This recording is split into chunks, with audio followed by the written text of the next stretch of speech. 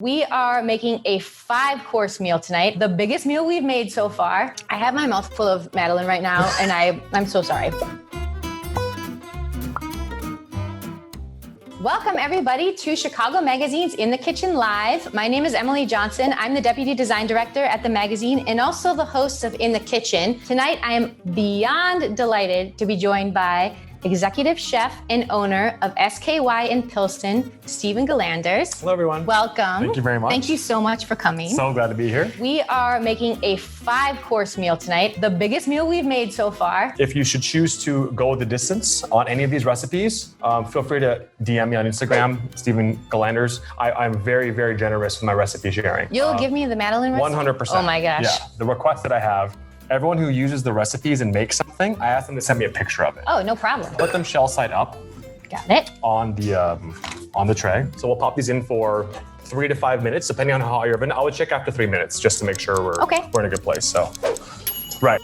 I think we should try one. I 100% agree with you. So let's do it this way. Ooh, look how nice and golden brown that beautiful? one got. Yeah. So Makes cheers sense. with a little Madeleine Cheers. toast. All right. Hello, everyone. I'm gonna go in. Oh gosh.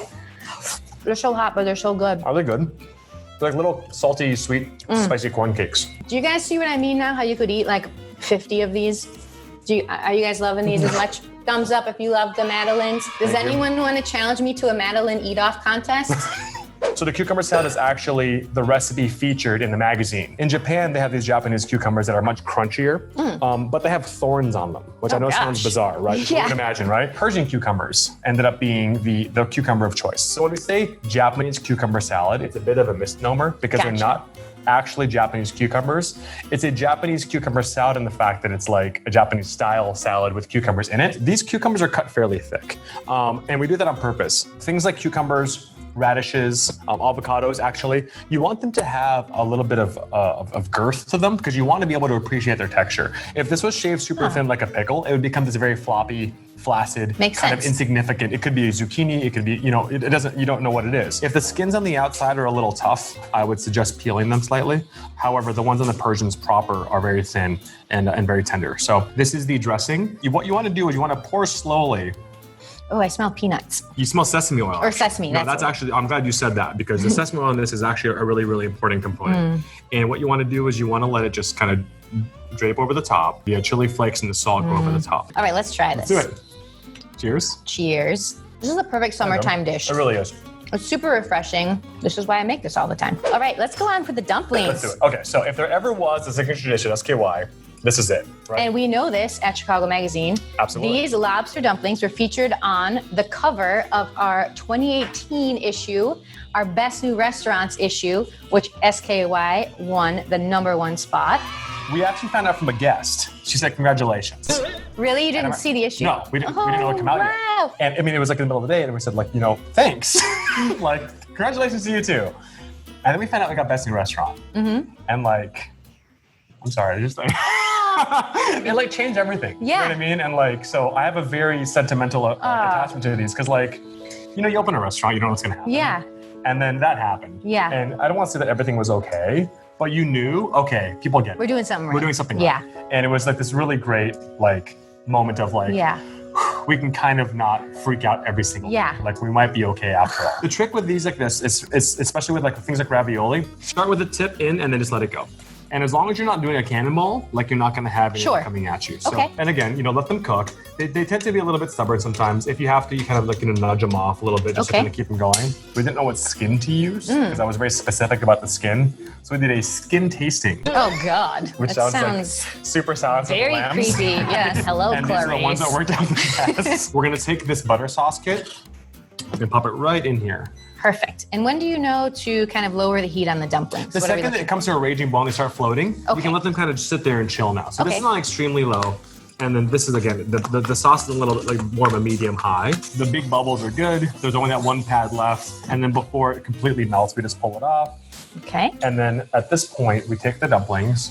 Oh my gosh, I'm so excited. Yeah, you just see how like plump and juicy these are? Yes. So again, we wanted to make sure that we provided people like a proper Oh my gosh. That'd be great. The inside is essentially like a really like chunky lobster meatball. Yeah, there's no cream cheese, there's no breadcrumbs. Yeah. It's but you also know, like just looking at these, okay, these are lobster. Do lime first. Okay. Chervil. Sure. chives, and mint. Ooh. There's that. Oh, that is so beautiful. Should we try these? Let's do it. I haven't had these in a while. It's been too long. It's so good. It's so rich, but then you taste the acid from the lime especially, and the mint. Yes. Those are the two things that really come through for me. Thank you for noticing that. Yeah. Tonkatsu is a pork cutlet that's deep fried. It's covered in breadcrumbs. And we wanted to kind of have that effect with the tonkatsu without deep frying. Because I mean, like, you know, how many deep fried things can you actually eat in a certain day? Well, Me, a lot. Yeah. Same. But we wanted to like lighten this one up. So we wanted to kind of combine the idea of pork katsu with sweet and sour pork from like a Chinese restaurant. Oh yeah, cool. Take the pork chop, and so we'll just pop it in this pan. And you just want it to be like, you know. That's beautiful. I've Isn't it never nice? seen pork chops with the bones. Like, it almost looks like lamb. Yeah, they look like Yeah. lollipop lamb chops. Yeah. So always buy fresh, thick pork chops from the rib. Okay. If you can't get that, you can get boneless pork chops. And if you can't get that, get pork tenderloin. Okay. But you know, one of the tricks is you want to make sure that they're not too thin. Just like a steak, it really becomes overcooked if you get a little bit too thin. Okay. These lend themselves well to a little bit more cooking. We're gonna get a little bit of color. You can see it's kind of caramelizing nicely. Keep moving them around. So instead of breading it and deep frying it, we've made this crumb that has some olive oil, some panko breadcrumbs, lemon zest, and actually sriracha. Oh yes. So nice. the fun thing about this is we're gonna be able to kind of make this crust on top and then put it in the broiler. Amazing. That's gonna kind of toast it. Yeah. That's gonna make a really nice plate. That's looking pretty good. Oh. Ooh. So you want to get these out. So that's clearly slippery. You want to put this here, and I'm going to engage you now. And then the crumb should be fairly soft. And then just go ahead and make a little pot. And then this is nice because you end up kind of toasting these rib cuts on top. And it becomes this kind of illusion of something that's The been katsu, breaded yeah. and cooked That's without having amazing. to deep fry something. I love that. That looks great. Thank you. It should look like this. Obviously, if you want a little bit more, add more. And if you put this on the bottom rack of the, I'm sure it's a very hot broiler, that'd be great. Now, this pork mix, and this is kind of has all those shreddy things in it. And the whole idea, see how it is kind of shredded? Yeah. There's actually onions in here cooked in butter as well, because again, pork my and onions God. are great. The whole idea of this was to kind of give the illusion that you're eating pork and noodles. Yeah. Right? And then as you cook it, the kombu starts to kind of release some of the soy that it was cooked in. And it gives you this beautiful, almost like cafe au lait kind of khaki glaze. And all you have to do is heat it up. And this, I mean, this came together super quickly, Yeah. obviously. So, and then last but not least, we have this sauce. So at the end of the day, this is sweet and sour sauce. You know, that tends to kind of have like a very basic connotation. Sure. In this particular case, there's a little bit of like a fermented red chili that we make at the restaurant with rose petals. There's roasted bell peppers in this. There's just chili flakes. There's a little bit more of that sesame oil. It's super fragrant. And again, in order to capture the essence of sweet and sour pork, we wanted to kind of stay true to it by giving a sweet and sour sauce. Yeah. How's Perfect. this? That's beautiful. So you kind of see how it looks like it's been fried, but it really hasn't been. Yeah. That's exactly what it should look like. What you do at the restaurant, we take half of this mixture here, and then we put it right off center. So that I'll show you why. Now, it seems weird that we're not going right in the middle of the plate, but we want to accommodate for the bone that's on there. So then you take the pork chop here, and then you pop it right on top. Wow. Which is really nice, right? You want to go around the bone and just kind of let it fall. And Okay. if you have a little bit of a gap between some of the sauce piles, it will fill itself in. But here we go. Let's try this. Oh gosh. Now I'm destroying the beautiful plate. Oh my goodness. It's perfectly cooked. Nice. That's where the slow baking ahead of time comes in. Good? Isn't it fun texturally? I love that topping. Yeah. It doesn't overpower the pork, which is really nice. For this next part, we're gonna plate up the dessert, right? Yeah, that's correct. You want to build it and let it sit. Okay. It's one of those things that actually performs better once it's kind of hung out for a little while. We figured this would be a fun dish. Yeah. Wanna make I it think, is home. anyone cooking with your kids? I bet they would like to pipe some ganache. I bet they would love to make or a mess mousse. out of this.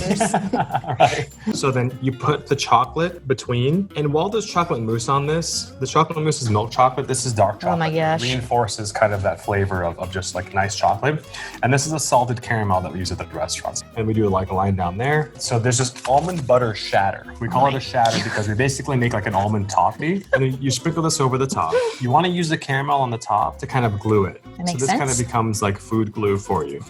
And then Nice. you put another layer of the puff pastry, and then there goes that, and it kind of gives you, again, Oh, it's so beautiful. Napoleon. This is one of those things that it looks great until you start eating it, right? And then it becomes this like this disaster, like, but this a mess. beautiful disaster. Correct, and a delicious one at that. Yeah. So we're gonna pop this in the fridge. Okay, I if can you do don't that. mind. So for those whose dessert fell over, when you watch us eat this, this will also fall Oh over. no. Let's try Get in it. there, yeah. I'm gonna destroy it.